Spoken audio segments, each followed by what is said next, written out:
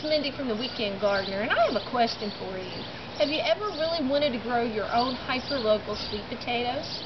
If the answer is yes, I've got the simple steps that you need to follow to be able to do that. The first thing that you need to do is you need to purchase a sweet potato from the grocery store. Now, sweet potatoes, unlike Irish potatoes, can be started from what you eat at the grocery store. Irish potatoes, on the other hand, you need a special potato like a seed potato. So don't think that you can utilize this process for an Irish sweet potato because it won't work.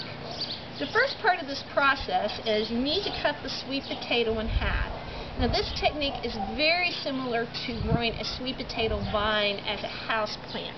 And when you do this, you will actually put toothpicks in the side of the sweet potato, and you will put the cut into water. Now make sure that the water level touches this cut end, because eventually you will get a mass of roots like this.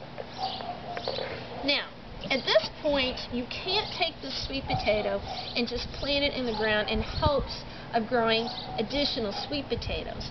Sweet potatoes are actually grown from a structure called a slip. And a slip is actually this right here. But you can't just break this off either and stick it in the ground. You have to do an additional step to prepare these slips for the garden space. So after your sweet potato cutting has gotten to this point, and it will take several weeks on a sunny windowsill before your sweet potato cutting looks like this. Once you have these leaves, though, you simply break this slip off the parent sweet potato. Then what you're going to do is you're going to put water in a tray that has pebbles in it. Now, this is a technique I personally like to use because it helps keep the plant material upright.